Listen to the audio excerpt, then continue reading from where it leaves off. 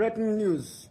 Amawulire getufuna kati galaga nti ebbago eryali Richard Lumuli yaleeta mu parliament eriraga nti aboludde oluvugana batandika okwerondera leader of opposition ne withdrawingiddwa.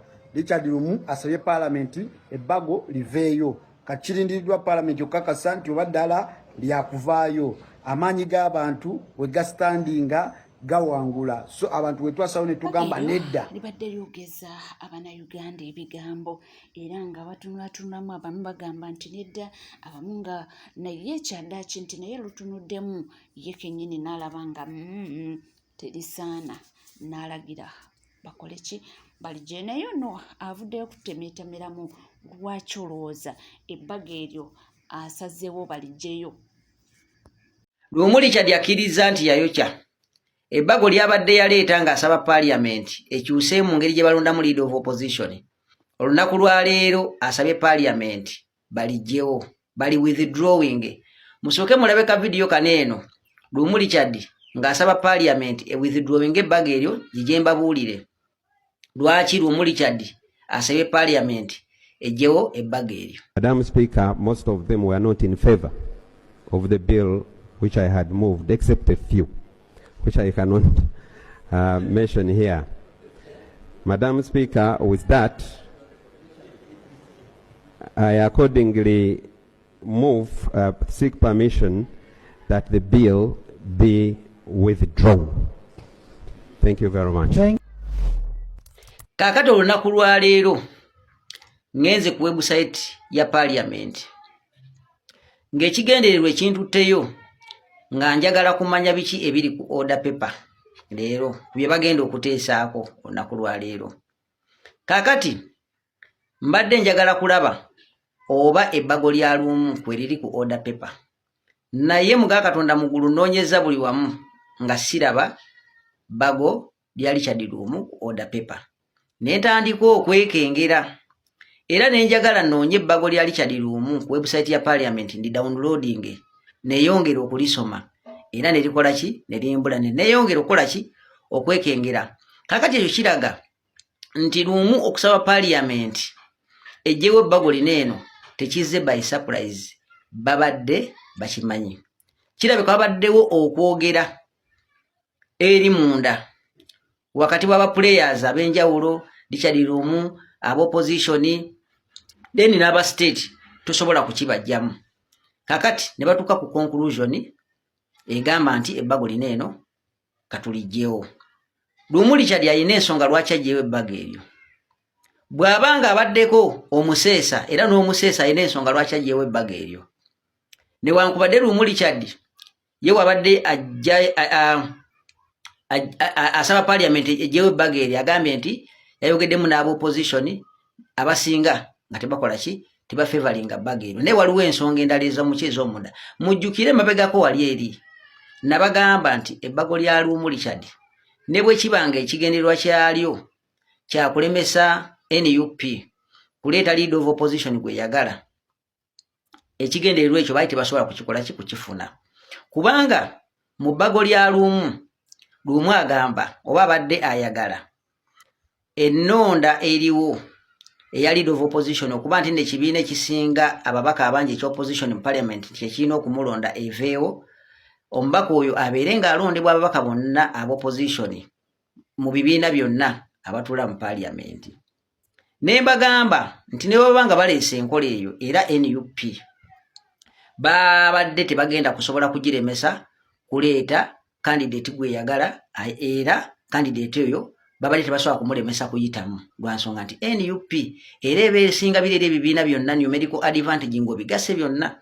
Nabagamba nti NUP erina ababaka 49. Bireera ebibiina byonna ebirala ebiri mu parliament bw'ogatta ababaka baabyo bonna tebasukka 3. Kakati NUP ebe basinga numerical advantage.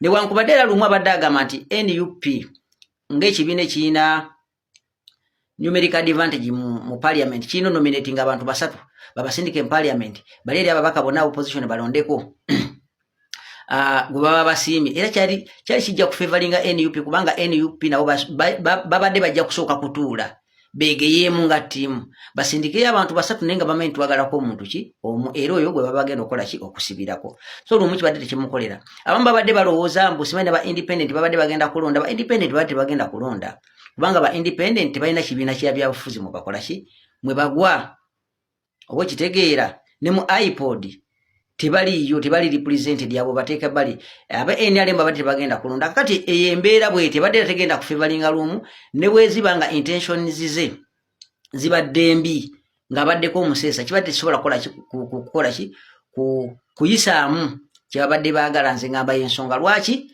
basazeewo eyo bago balikole ki balijjewo kubanga libadde libakola ki telibayamba ate ng'obudde bubakoze ki bubayiseeko so kakati kinene ekyokulijja ti kize by surprise mbagambye ti neku order paper libadde teririiko website yaki ya parliament nze ngenzeeyo ne ku website ya parliament nga bw'olinoonyo li downloading nga toliraba bigambo byange naye nga byonna bigenda mu maaso Florence Nampija wamu ne Diana Nabatanzi munange kyaddaaki baddinganye bano nno baaliko ab'emikwano ate oluvannyuma ne bamala ne beekyawa ffenna tetumanyi kiki ekyali kituuseewo naye mwattu bamala ne beekyawa ne babanga kabwanango naye mukama mulungi esaayaka tetwogerera omukwano gwabwe tufuddewo tulufiga nga bulijjo awanda muliro era talina bigambo biwoomu alina gwasomedde n'amulangira okulya ssente nti yazijja wa pulezidenti Museveni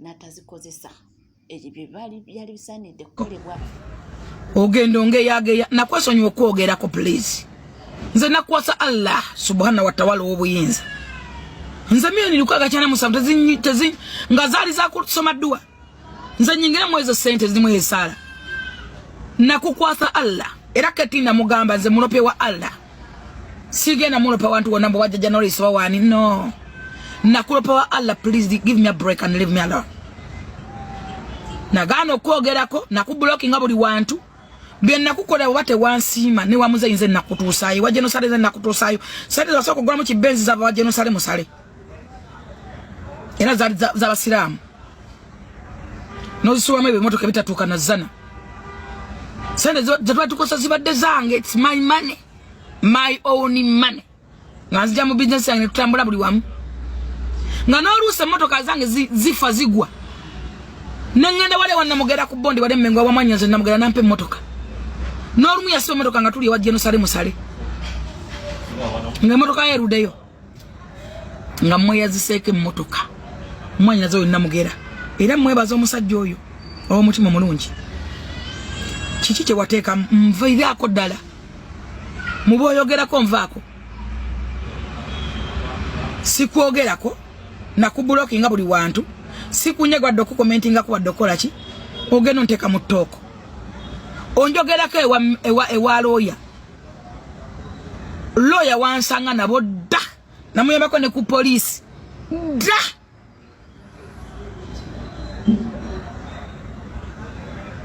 oli amakyalaana mu NRM wakalinya olengejja nze nakuleka sigwa asoosa abantu bangi bye babitukoze nasirika nze ndi mumativu nnyo mu Allah kyabampadde Katonda kyabalesa kyekyange newe tufuna akawumbi nompe emitwalo egi nzikiza nti Allah yageze ekyo era still nsigala wate nga ndi okay ngwe mutima gwange nze ndi okay nekye nina I don't care that's why I'm feeling okay I'm okay nekyo kyemba nina nzikiza nti Allah kyeyampadde kana kyeyansaliddewo kyekyo please njijja mukamwa nviirako ddala enga banna ne impunity gyokozesa okuvumaavuma buli muntu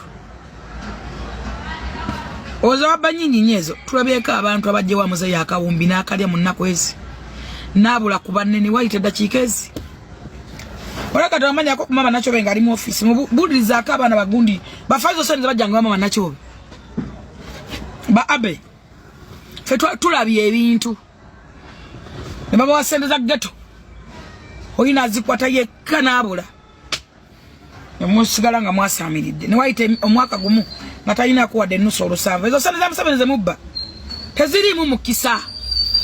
Kola kyakugambye waakiri ofiseko naye ng'okoze kyakulagidde. Temusobola kuba na mukisa nga mubbye ssente za Museveni. Nga personal assistant wa mukulu Robert Kyagulanyi Ssentamu nga balombye amakage olutuuse ne batamusanga ne beetika omukyala ne bagenda naye. Wabula waliwo akatambi akalala akafulumye nga waliwo omwami abadde mu lukwe ng'asoose n'ajja yekka era zze ng'alina piki ye n'agipaakinga wali wabbali n'akonkona. Nno drone erze luvannyuma nnyo ekitegeeza nti ono omwami y'abadde ababalira buli kimu.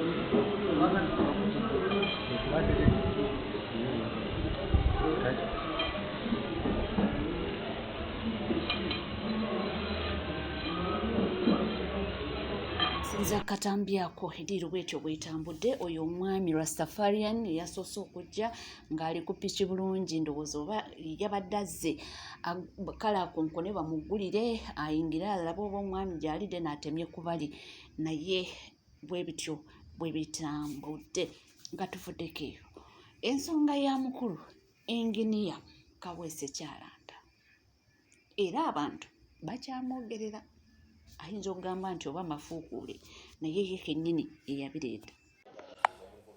Ono ali wano Engineer Kaweesi akaaba ngu ekirooto kye kyali kyakubeera mu palamenti. Ono ali wano Robert Kasibante akopa kubeera nga Kyagulanyi. Kyagulanyi bwe yeesimba ku wa president kubanga ayina erinnya erimufaanana Robert naye nanga akaneesibwe kuba president. Naye kansooke ono akaaba agamba ekirooto kye kyali kyakubeera mu palamenti. Gwe nange anaayinayo ekirooto kye ekyali kimukaabiza. Kituufu abantu abasinga bafiiriddwa ebintu ku lw'ebirooto. Kiki kye wali osuubuza Engineer Kaweesi? Ogamba otangu wakiro omusaala gwonna bandigututte naye n'oyingira mu palamenti. Kato joyininze NRA mugenda kuyingira mu palamenti si kyekyo. Naye n'abantu balala balinga Kaweesi oyo Engineer Kaweesi nebo batya kujja kukaabira mu kamera. N'abantu abalala balinga Engineer Kaweesi naye bo bufere n'obuyaaye tibasobola kubulagira mu kamera. Kati bwenzera ku Kasibante ono Robert Kasibante presidential candidate eyatwala omusango n'agujjayo alimba abantu ngu yeekweka kubanga ngu bamunoonya kumutta kubanga ngu yagenda n'ajayo omusango n'agamba ngu lwaki abantu bamugaba lwaki wajayo omusango. Gundo sobola kuleeta obujulizi lagani anakukanga kanga oba kukangatiisa. Nedda oyagala nnyo okutambulira mu kifaananyi kya Robert Kyagulanyi. Naawe oyimiridde eyo mu butiititi n'obuyinjayinja oba wabaddeyo waguleyo muyenga tankiiru wali omuyinga oba asimanga gundi maramu waliwo ebiyinjayinja ebyo olaga guweekwesi. Nedda kisajja gwe Robert oba Robert Kasibante tiwandizanyidde mu bintu by'abantu. Jangu naawe joyininga NRA mu lwatu.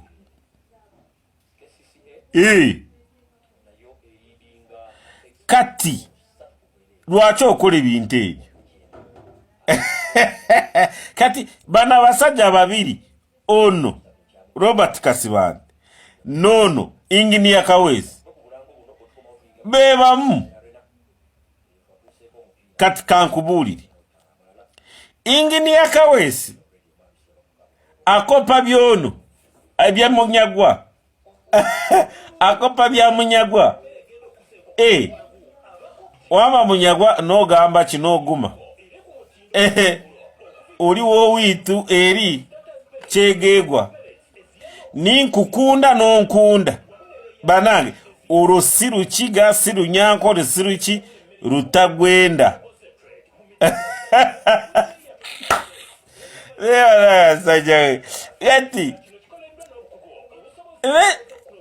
anaso Muhanji owa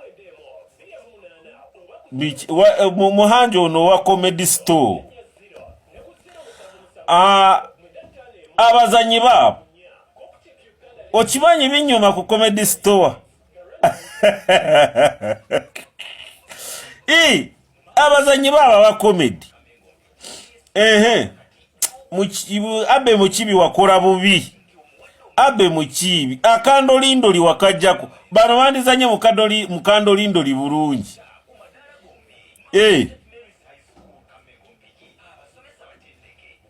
Lwaki timuti gundi Dr. Bossa wandiika script ziizo okimanyi firimu y'abano enyuma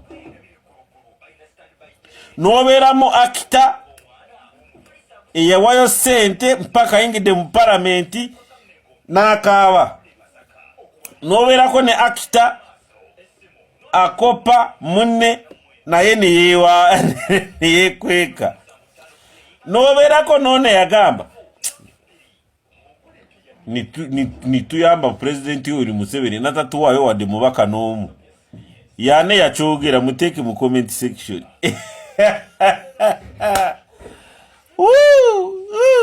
Nze oyo bujwanga wamwe sobola muzannya. Bujwanga oyo ebisajja bikulu nimukole bintu ebyo. Kiki muliko ki? Wabula kyobora wa President Yoweri Museveni agenda n'agaakatira babano.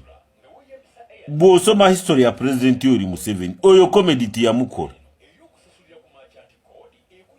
Munamwe muvuganya President Yoweri Museveni kibana kya kuswaza kati ngaggwe Engineer Kaweesi n'okabira ku TV.